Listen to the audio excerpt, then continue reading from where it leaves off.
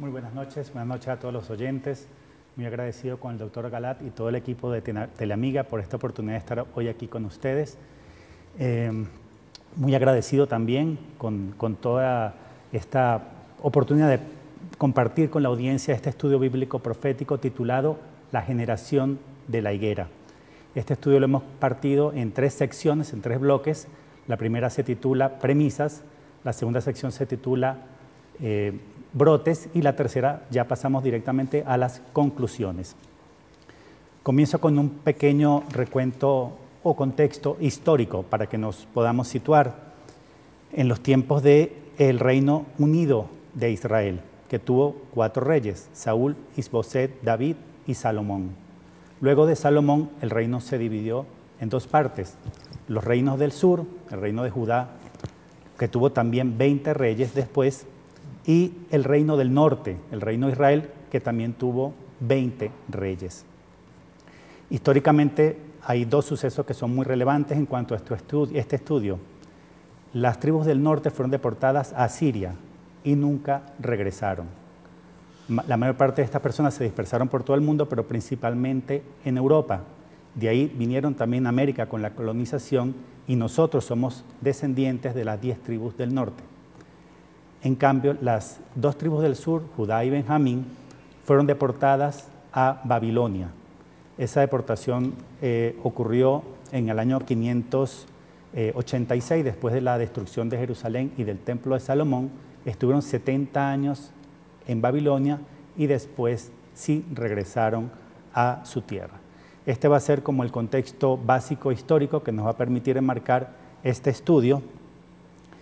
Y pasamos a brevemente comentar de dónde salió la inquietud de estudiar las profecías y la manera tan precisa con la que Dios gobierna el mundo y escribe la historia. En el Génesis capítulo 15 vemos una profecía que le da Dios a Abraham. Le dice que su pueblo iba a ser esclavo en un país extranjero por 400 años. Eso ocurre el mismo día que Dios le dice a Abraham, sal y cuenta las estrellas si puedes, pues tu descendencia será más numerosa que las estrellas que ves en el cielo. Ese día le da la profecía de la esclavitud de 400 años. Ellos estuvieron 30 años de bonanza en la época del patriarca José y después 400 años en esclavitud con todos los faraones que sometieron al pueblo.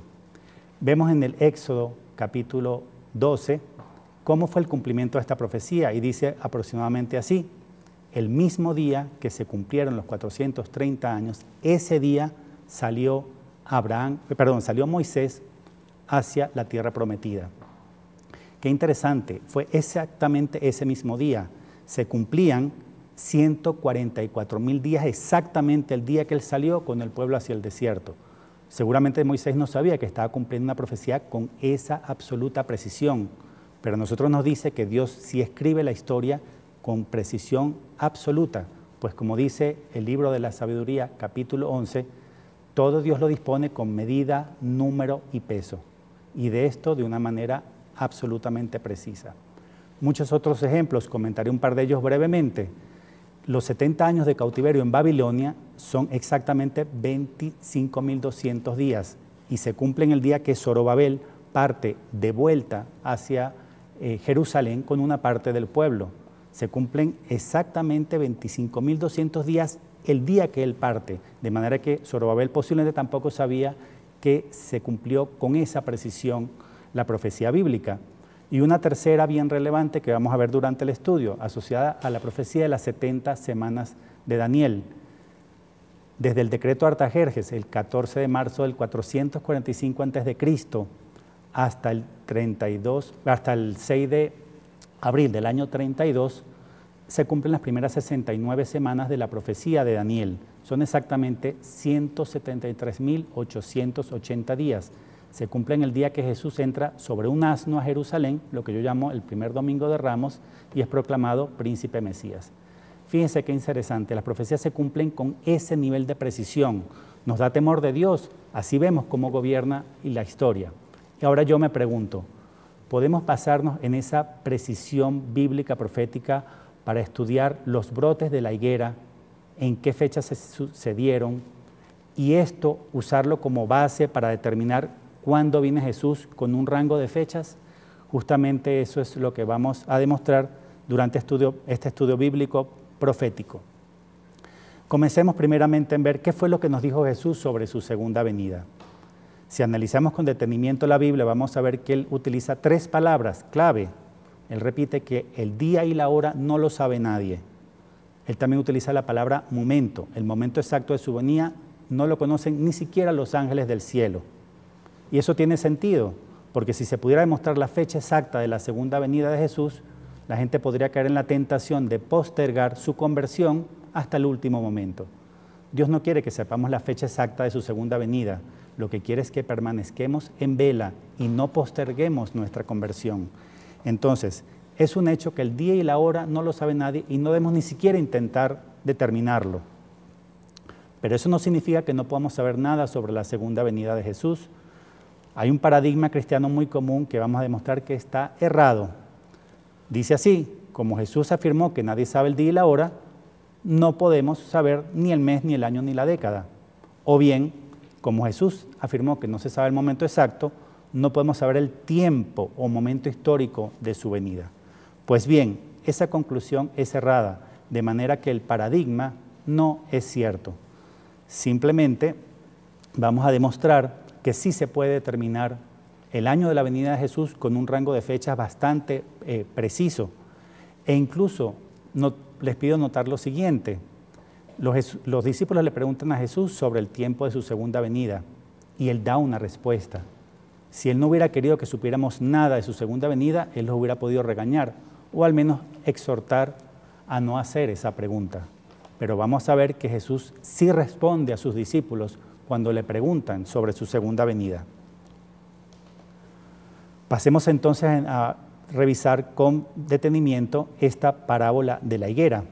Comienza con una pregunta de los discípulos, una pregunta doble. Ellos le preguntan: ¿cuándo sucederá esto y cuál será la señal de tu venida? 2 preguntas en una. Veamos la respuesta de Jesús. Él responde con la parábola más corta en el Evangelio. Tiene 22 o 23 palabras según la Biblia que utilicemos. Y dice simplemente así: de la higuera aprended esta semejanza. Cuando ya sus ramas se ponen tiernas y sus hojas brotas, conocéis que está cerca el verano. Ahí termina la parábola. Y después añade: así también vosotros, cuando veáis todo esto, sabed que está cerca, a las puertas. En verdad os digo, no pasará la generación esta hasta que todo esto suceda. De modo que Él sí da una respuesta a sus discípulos, pero la da en clave. Esa parábola, esa profecía, está en 3 evangelios: Mateo, Marcos y Lucas. ¿Qué fue lo profetizado? Que los brotes de la higuera anteceden a la segunda venida de Jesucristo y anuncian su proximidad. Para comprender esta respuesta que está dada en clave, tenemos que responder 4 cosas. Primero, ¿a qué se refiere Jesús con la higuera? ¿Cuáles son los brotes referidos? ¿A qué generación se refiere Jesús? ¿Y cuánto dura una generación desde el punto de vista bíblico? Si damos respuesta formal y bíblica a estas 4 preguntas, podemos determinar el tiempo o momento histórico de la segunda venida de Jesucristo o parusía. Vamos a sustentar este estudio bíblico profético en 8 premisas. Las primeras 6 yo las llamo estructurales. Si una sola de ellas se cae, la conclusión quedaría errada, quedaría desmentida. Además de las 6 premisas estructurales, voy a añadir 2 que llamo premisas adicionales o de apoyo. La primera premisa estructural es: en la Biblia, la higuera representa a Israel. Decíamos antes que el reino de Israel en un momento estuvo unido con los primeros 4 reyes, Reino Unido de Israel, y vamos a demostrar que es referido en la Biblia como la higuera. Después el reino se dividió en 2, el reino de Israel en el norte con 10 tribus y el reino de Judá en el sur con 2 tribus. Después de la división, el reino del norte de Israel sigue siendo referido como la higuera, pero el reino del sur de Judá es referido como la vid, es decir, la parra. Un primer ejemplo lo podemos ver en Primera de Reyes 5:5, que dice: Judá e Israel vivieron en seguridad, cada uno bajo su parra y bajo su higuera. Aquí hay una referencia clara después de la división en el reino del sur y el reino del norte. Otro ejemplo muy bueno lo vemos en Jeremías 24, donde Dios le da a Jeremías una visión de dos canastos, 2 cestos de higos, unos buenos y unos dice que eran tan malos que no se podían comer de puros malos. A los higos buenos se les profetiza toda suerte de promesas, bendiciones y protecciones que vamos a ver que estaban dadas ya en el libro de Levítico 25 y 26. Y sobre los higos malos, pues igual se le anuncia toda suerte de calamidades, desgracias y desastres. Notemos cómo en el Nuevo Testamento Jesús divide a su pueblo en el trigo y la cizaña, o las ovejas y las cabras. En esta época Él lo hacía el símil con la higuera y divide al pueblo en los higos buenos y los higos malos. Hay otros sucesos que nos permiten demostrar esta premisa que es fundamental. Jeremías 8 había predicho que en alguna oportunidad, en algún momento de la historia, Dios no iba a encontrar frutos ni en su higuera, Israel, ni en su vid, es decir, Judá. Eso está en Jeremías 8. Eso se cumple en el tiempo de Jesús y lo podemos ver en Mateo 21, cuando Jesús siente hambre y se acerca a una higuera, al no encontrar fruto en ella, la maldice. No se refería al hambre del estómago. Jesús lo que tenía era hambre de frutos de santidad en su pueblo. Y al no encontrarla, da esta sentencia tan fuerte contra la higuera que yo resumo en estas palabras. Ese pueblo, del cual en el pasado salieron rectos sacerdotes, jueces, reyes, patriarcas y profetas, no volvió a dar estos frutos de santidad desde los tiempos de la primera venida de Jesús, es decir, la maldición de la higuera. Notemos nuevamente la insistencia de la higuera. Hay muchos árboles frutales, pero cuando Dios habla de su pueblo, usa siempre la higuera o bien la higuera y la vid. Hay otro suceso bíblico también bastante conocido de Lucas 13, donde un viñador ve que no termina de dar fruto su higuera y se manda a cortar, y él todavía dice, dale un tiempo más, la abonaré, la regaré, a ver si da frutos. Y nuevamente se refiere a la higuera. Por último, para terminar esta primera premisa, veamos que está predicho en el libro de Joel que la higuera y la vid van a volver a dar frutos. Es bien avanzado el tiempo de la gran tribulación, donde después de que el pueblo se arrepiente ante Dios, se humilla ante Dios y pide ayuda, pide rescate, Dios viene al rescate, y para ese tiempo futuro todavía está predicho que tanto la higuera como la vid van a volver a dar su riqueza. Pasemos ahora a la segunda premisa estructural. Se trata de el contrato con la higuera y la septuplicación del castigo. Yo llamo el contrato con la higuera o el contrato de Dios con su pueblo, el que da Dios el pueblo a través de Moisés antes de entrar en la tierra prometida. Y le dice así, le dice Dios a Moisés, habla a los israelitas y diles, antes de entrar en la tierra que les voy a dar, y ahí enuncia lo que yo llamo su contrato. Está en Levítico 25 y 26. Como un contrato normal tiene cláusulas positivas y negativas. Las cláusulas positivas son que si el pueblo vive de cara a Dios, cumple los mandamientos, toda suerte de bendiciones, protecciones, bonanza, prosperidad. Pero si el pueblo le da la espalda a Dios, se vuelve idólatra e incumple los mandamientos, entonces vienen todas las calamidades que están descritas en el contrato. Pero la premisa estructural es la siguiente, la vemos en Levítico 25, 18. Si aún con esto no me obedecéis, volveré a castigaros 7 veces más por vuestros pecados. Esa es la premisa estructural, que si después de un castigo el pueblo no se enmienda, el castigo se septuplica.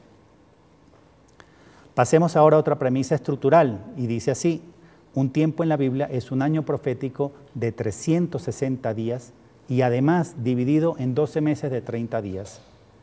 Ningún calendario humano ha tenido estas características, ni el hebreo, ni el juliano, ni el gregoriano. Sin embargo, hay un calendario que yo llamo bíblico, profético, que tiene estas características, y es muy importante entenderlo porque las profecías del fin se basan en este periodo de tiempo de 360 días.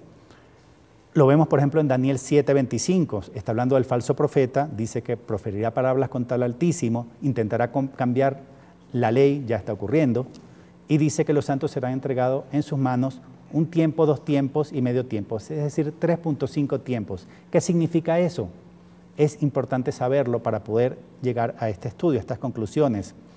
La respuesta la vemos en el Apocalipsis capítulo 12, que hace la referencia de 1200 días de la iglesia remanente fiel que tiene que ir al desierto y ser alimentada 1260 días, y lo contrasta con 3.5 tiempos. Haciendo el cociente, vemos que claramente se llega 1260 entre 3.5, está hablando de años de 360 días.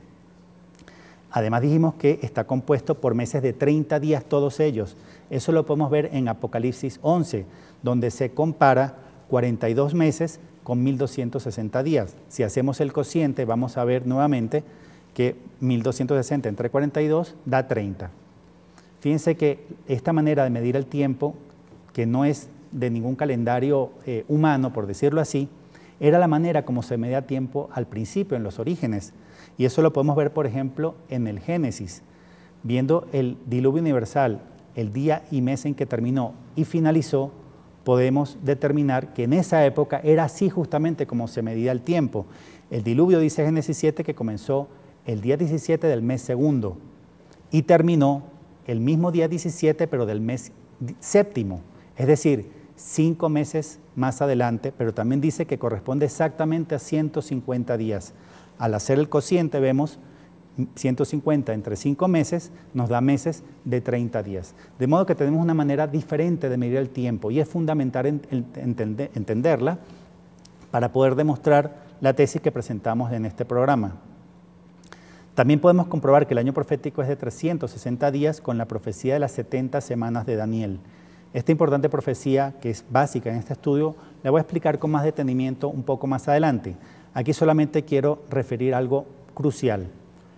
Ella refiere un suceso histórico, que es el decreto de Artajerjes, que ocurre el 14 de mayo del 445 a.C. y se cumple el 6 de abril del año 32 después de Cristo, el día que Jesús entra a Jerusalén sobre un asno, primer domingo de Ramos. Son 173.880 días exactos. Ese día se cumple lo que había dicho Zacarías. Zacarías predijo que él iba a entrar humilde, el rey iba a entrar humilde sobre un asno a Jerusalén. Y lo vemos el cumplimiento en Mateo 21. Hosana al Hijo de David, bendito el que viene en el nombre del Señor. Pues sacando la cuenta vemos que 173.880 días entre 483 años, que son las primeras 69 semanas de Daniel, nos da 360. Por donde hagamos el cálculo, podemos afirmar y concluir que el año profético es de 360 días. Por último, vemos además que el cumplimiento profético se da de esta manera. La profecía de Daniel decía hasta un príncipe Mesías, príncipe el hijo de David, Mesías el que viene en nombre del Señor. Veamos ahora otra premisa estructural, es una semana de años. Está definido en Levítico 25:8, donde vemos que justamente una semana de años son 7 años, es decir, 7 tiempos. Por eso vemos que si una semana de años son 7 años proféticos, y si cada año profético es de 360 días, simplemente multiplicamos 7 por 360, nos da 2.520 días, que vamos a ver más adelante pueden ser literales o simbólicos. Esto es interesante verlo en el libro de Daniel. La sentencia de Nabucodonosor fue justamente de 7 tiempos, es decir, 2.520 días. Esta sentencia se le dio a él por su soberbia. Él tuvo un sueño que se lo interpretó Daniel y le demostró que su soberbia iba a ser pagada en 7 tiempos para que todo ser viviente sepa que solo el Altísimo domina sobre el reino de los hombres. Dice así, cuando se cumplió ese tiempo, él se incorpora, hace un acto de fe, reconoce a Dios de Isaac, Jacob, como el único Dios vivo y verdadero, y Dios le devuelve el trono, el poder y la gloria. Lo comparamos con otro hecho histórico, el último rey de Babilonia, Baltasar. En este caso no es dado en días la sentencia, sino en óbolos, una medida que es de monetaria y también de peso. En esta sentencia a él se le indica que por su soberbia y por haber retado a Dios iba a morir en este caso y a perder el reino. Hasta ese día llegó Babilonia. Pero lo interesante es que podemos ver es que el número 2520 se repite. Yo lo llamo el castigo perfecto de Dios, dado en días a Nabucodonosor y en óbolos a Baltasar. Este número es importante tenerlo presente porque está también asociado con nosotros. La gran tribulación dura exactamente 2520 días. Y ya para terminar esta primera parte, veamos que una generación, según la Biblia, es 70 a 80 años. Eso lo podemos ver en el Salmo 90. Y es importante para poder entender la profecía de la generación de la higuera. Y por último tenemos lo que se llama un día simbólico. Es cuando Dios da una sentencia de día por año. Por cada día de sentencia tendrás que pagar un año de cumplimiento. Y se da sobre todo cuando la sentencia no es para una persona en particular, sino para todo un pueblo.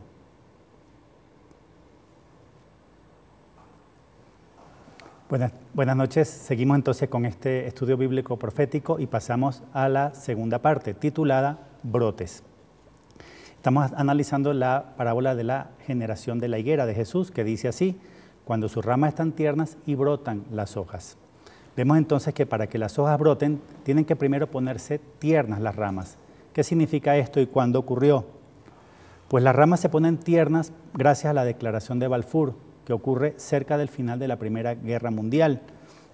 Recordemos que en esa época Palestina formaba parte del Imperio Otomano, el cual cayó justamente como resultado de la Primera Guerra Mundial. Y un año antes de terminar ocurrió algo fundamental, la declaración de Balfour, con la cual el gobierno británico manifiesta su apoyo al pueblo judío de establecer lo que llaman un hogar nacional en Palestina. Eso justamente es el hecho de que las ramas se hayan puesto tiernas, y la declaración ocurrió exactamente el 2 de noviembre de 1917. Gracias a eso, las hojas pudieron brotar. El primer brote ocurrió el 14 de mayo de 1948, día en que se cumplió la profecía de Isaías 66:8, que dice: es dado a luz un país en un solo día, sorprendente. Ese día se cumplen exactamente 907.200 días desde el fin del cautiverio babilónico. El segundo brote de la higuera es la recuperación de Jerusalén, lo cual ocurre el 10 de junio de 1967. Eso estaba profetizado en el libro de Daniel, a partir de otro suceso histórico conocido como la batalla de Isos. Pasamos a la tercera parte de este estudio, que llamamos ya conclusión. Me apoyo en una lámina que tiene el resumen. La historia de la humanidad completa en 7 milenios. Los primeros 6 están cada uno en un color diferente. Desembocan en el siglo XXI, que es el momento en el cual estamos nosotros ahora. Después viene Jesús en su segunda venida e instaura su glorioso reino por 1000 años en la tierra, lo cual está en color azul claro. Ubiquemos un momento en la época de Moisés. Ahí es que se da lo que yo llamo el contrato, las premisas con las cuales su pueblo iba a ser bendecido o sufrir calamidad por sus pecados. Lamentablemente esto último fue lo que ocurrió. El pueblo le dio las espaldas a Dios e incumplió los mandamientos. Llega la época del castigo, pero Dios no quiere castigar a su pueblo, quiere que se enmiende y le manda a los profetas. Mandó Isaías, Jeremías y Ezequiel. Este último, Ezequiel, fue el que determinó el plazo de 430 años de castigo. Y Jeremías incluso puntualizó que los primeros 70 serían en Babilonia. Después de esos primeros 70 años quedaban 360, pero por permanecer aferrados a la maldad y al pecado, se multiplican por 7 y se convierten en 2520 años, que van desde que termina el cautiverio babilónico exactamente hasta 1948, inclusive a la fecha exacta del 14 de marzo. Otro tanto ocurre con la profecía que lleva al segundo brote de la higuera, a 1967. Ahora, ¿cuál es la parte importante? La generación de la higuera es el título de esta presentación.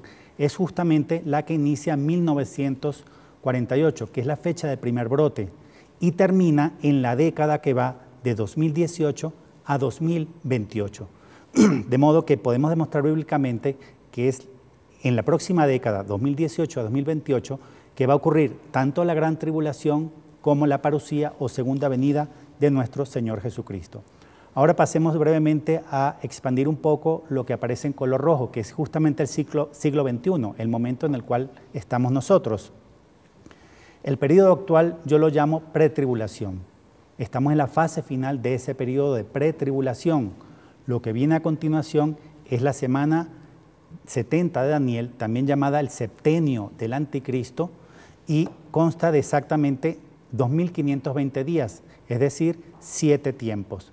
Está a su vez dividido en 2 partes, que yo llamo pacto y hostilidad, porque según vemos en las Sagradas Escrituras, el anticristo hace una firme alianza con muchos, podría tratarse de poner fin a la guerra y quedar él como el gran pacificador que devolvió la paz a la humanidad, pero dice, y a la mitad de la semana hace cesar el sacrificio de la oblación. O sea, él hace un pacto al inicio de la semana 70 de Daniel y en la mitad de la semana rompe el pacto y viene el segundo periodo, la segunda mitad de la gran tribulación, donde se da la mayor persecución a la iglesia. Ahora, en este momento, en esta lámina, no estoy hablando de fechas. Pasemos entonces a la lámina de conclusión y veamos un poco más detalle las fechas y tiempos de lo que nos resta vivir, de lo que viene en los próximos años.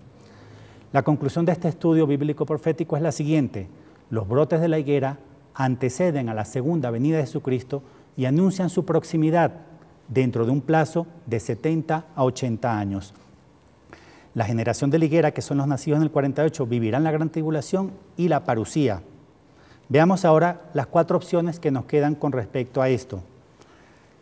La gran tribulación dura 7 años proféticos. La opción 1 es que vayan de 2019 a 2025. La opción 2 de 2020 a 2026. La opción 3 de 2021 a 2027 y la opción 4 de 2022 al 2028. Tenemos por lo tanto 4 años posibles de la venida de Jesús: 2025, 2026, 2027 y 2028. Eso con respecto al año. ¿Qué podemos saber del mes y de la semana? Para eso me baso en Mateo 5, donde dice Jesús que Él no vino a abolir la ley, sino a darle plenitud. De hecho, Jesucristo es y representa en Él la plenitud de la ley y de la liturgia. En Hebreos 10.1 vemos que la ley no contenía sino la sombra de los bienes futuros y no la realidad de las cosas. Cuando los líderes de la iglesia sacrificaban un cordero sin mancha, como estaba establecido en la ley, realmente ese cordero no era sino la sombra del verdadero bien futuro, que es Jesucristo mismo. Cuando Dios Padre le mandó a Moisés a sacrificar ese cordero a las 3 de la tarde, es porque sabía que su Hijo, Jesucristo, iba a morir en el Gólgota a las 3 de la tarde. Con eso se demuestra que en Cristo todo se da cumplimiento y se lleva a su plenitud. Pasemos brevemente entonces a ver las fiestas mosaicas, que son 6. Las 3 primeras son las fiestas de primavera, Pascua, Ácimos y Pentecostés. Le da cumplimiento a Jesucristo en sí mismo en su primera venida, pues Él es la verdadera Pascua y Él es el quien manda al Espíritu Santo sobre María Santísima y los apóstoles en Pentecostés. La pregunta entonces es la siguiente: si Jesús da cumplimiento y lleva a su plenitud las 3 primeras fiestas mosaicas, que son las de primavera, ¿no podríamos pensar que Él va en su segunda venida a dar cumplimiento y llevar a su plenitud las fiestas mosaicas de otoño? Fíjense qué interesante, se llaman trompetas, expiación y tabernáculos. ¿No podría esto representar el Apocalipsis, que comienza con las trompetas? La expiación es justamente la gran tribulación y el Apocalipsis termina en capítulo 21 y 22. En el 21 dice: Dios hará la morada con su pueblo y el Dios con ellos será su Dios. Eso es justamente tabernáculos, que ocurre en octubre, en la semana que va del 15 al 22 de Tisri. Es muy posible, por lo que vemos en Juan 7, cuando Jesús dice a sus discípulos: yo no subo todavía a la fiesta de tabernáculos, no ha llegado mi tiempo. Pero dice un poco más adelante, en el mismo capítulo, en 7:14, que Jesús sí subió a la fiesta de tabernáculos, de incógnito, mediaba ya la semana. Con lo cual, es muy posible que lo que nos está diciendo es que Jesús viene en octubre y en la semana de tabernáculos, pero no sabemos en qué momento de esa semana va a venir. De manera que concluimos este estudio demostrando que Jesús llega entre los años 25 y 28, muy posiblemente en la semana de tabernáculos del mes de octubre. Me despido con una pequeña reflexión. Como se dijo al principio de la presentación, un porcentaje importante de la Biblia son profecías, de las cuales un porcentaje importante no se ha cumplido y nosotros las vamos a vivir. Algunas de ellas tienen más de 25 siglos de dadas. Imagínense si no es un momento importante de ponernos a estudiar las profecías. Y lo otro es que mucha gente asocia la segunda venida de Jesús con el fin del mundo. Y el Apocalipsis también, nada más cerrado que eso. El Apocalipsis termina diciendo que viene a ser cielo nuevo y tierra nueva. Jesús es el Salvador, Él viene a rescatarnos. Por eso nos dice en el Evangelio, cuando comiencen a suceder todas estas cosas, erguíos, levantar vuestra cabeza, porque se acerca el tiempo de vuestra liberación. Eso es lo que se acerca. Y como le dijo Jesús en una revelación a Sor Lucía de Fátima, en el tiempo, una sola fe, una sola iglesia, santa, católica y apostólica. En el milenio, en el reino de Cristo en la tierra, va a haber una sola iglesia, la católica, y aunque la veamos en algún momento disminuida por sus opresores y la vemos que estuviera como a punto de desaparecer, cuando Jesucristo la rescate, se va a convertir en la única iglesia en el mundo entero. Bueno, hasta mañana, hasta luego, hasta la próxima, mis queridos teleamigos y teleamigas.